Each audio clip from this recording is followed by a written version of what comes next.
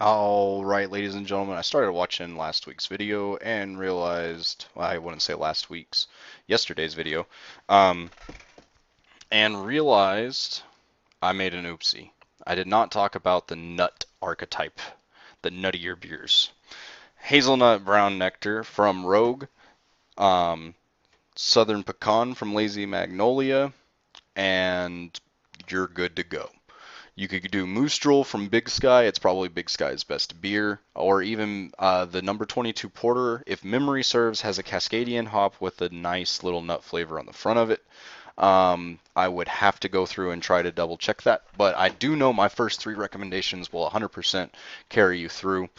These are going to come from pecan, hazelnut, and more hazelnut for your additions to get that sort of flavor. So now that that's done, last week wrapped up. Well, I'll see y'all the next time. Blah blah blah blah blah. Cool. Now we're here and we're gonna cover the last page. That's right, ladies and gentlemen. Today we're covering the last page. Maybe not all at the same time. I'll keep my eye on how long this video is going to be, and if we can knock it out, we can knock it out. What I know we need to start with is foreign beers. This is going to take me a little bit. Our foreign beers are going to be in. I'm just gonna do two categories. We've got our wheat ales and our not wheat ales.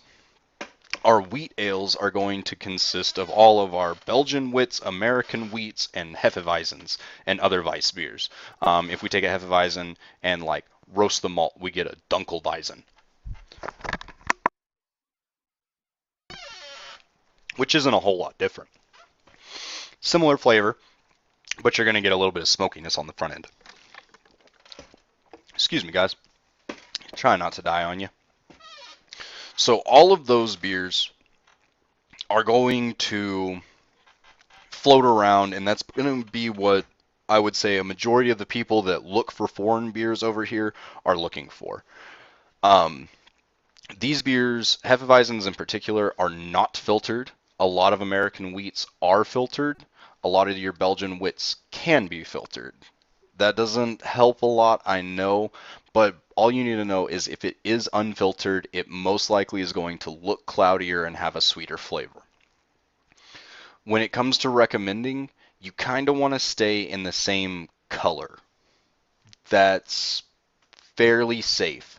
You can branch, and some people will like anything in this category, which is why we're going to cover it all together. So Blanche de Brussels is, and Hoegaarden would be the big boy equivalents of Blue Moon. Blue Moon is a Belgian wit, and those are authentic Belgian wits. Blanche de Brussels is really good on a hot day, and so is Hoegaarden. I know Blue Moon's served with an orange, but traditionally, especially these beers, are brewed to be served, if with fruit, with lemon. So if somebody orders one of these, be sure to offer them a nice wedge of lemon with this beer. Great beers, great beers. Alaskan White would be the third one that I would recommend as far as your Belgian wits to go directly from a Blue Moon into that. The next thing is going to be somebody looking for more of a traditional German Hefeweizen.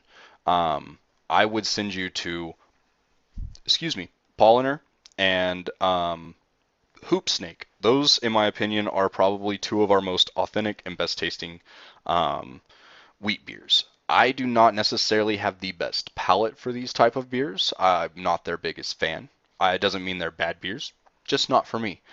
If you have true questions about what is better than another and where that taste fits in, I would suggest if you see Jake or Rob bartending, Jake especially, Jake has more of that style palette.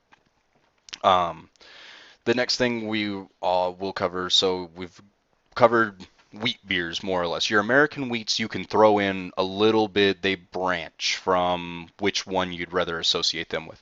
But KCCO white wheat, I would rather, or KCCO white, yes, I would rather put over with the Blanche de Brussels category, whereas agave wheat, I would probably send with Hefeweizen. It's really cloudy and it's got some sweetness on it. Both of those I would consider American wheats and not either Belgian wits or Hefeweizens due to the way they're brewed. The other thing we need to cover is foreign beers that aren't wheat beers. Those are pretty much specialty roasted lagers. What you're looking at are like Oktoberfests or Bocks. Both of these are lagered beers that will be brewed at a colder temperature for a longer period of time. Um, they come across with more of the roasty flavor, but they still carry more wheat. So whereas we had amber ales that were kind of like if we took one of the first page beers, but we did something to the malt base, and now at least it has a little bit of flavor. That's sort of what these are doing. Is they've taken a basic sort of lager and they've sweetened it up a little bit, and they've thrown in a little bit of spices to make it a little different. Your box and your double box are going to just be bigger versions of each other, more or less. They are going to have differences in flavor profiles, alcohol, body, all of that. But it's similar. It's similar to going from a 90 shilling Scottish ale to an Old Chub Scotch ale. They are technically similar in recipe, but you're looking at almost twice the alcohol. You're looking at a huge change in the amount of spice flavor that you're getting in that one. You're going to have very similar differences between your box and your doppelbox. Box, we don't have a lot running around. Anytime St. Arnold Springbok runs around, I think it's really good. I will actually drink that. Shinerbach is not too bad. That's what everyone drinks, and that's what everyone's used to. I would rather you drink Shinerbach than Ziegenbach. Ziegenbach is not even a Bach. They don't brew it right. That's neither here nor there. I apologize. I just hate Anheuser-Busch. So the last little bit we have, like I said, are Oktoberfests. Oktoberfests, they are done year-round now, occasionally, typically from German breweries or German-influenced breweries, especially since we're in Texas. But for the most part, they are brewed. They're also called Marzen-style beers. They start getting brewed in March, and then we crack them open in October. Um, that should pretty much cover that. Let me check time real quick and see if we can get into fruitier beers. No, we can't. We're already sitting at 7 minutes. All right, guys. Well, I'm going to go ahead and close this up, and we'll talk about fruitier beers next time. Like I said, we've got Bocks and Oktoberfests and Doppelbocks that sit in this sort of specialty lager group, and then we have our wheat beers. And we've talked about what make each of those beers. We either filter or don't filter our beer at the end of it, and we leave a nice cloudy, yeasty, sugary goodness. Real crisp flavors. The other one up here in specialty lagers, we use another kind of yeast. We typically roast our malt in that one, and we brew it for a very long amount of time at a low temperature to allow for a lot of sugars to get out. And we talked about how to recommend different beers in those types. On Oktoberfests, Bocks and Doppelbocks, I'm not going to lie, we don't have the biggest selection on them.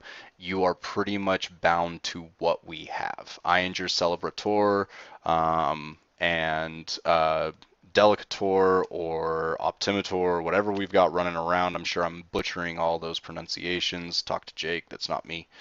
But, so we've talked about all that. We're going to talk about fruity beers coming up next. Y'all be good.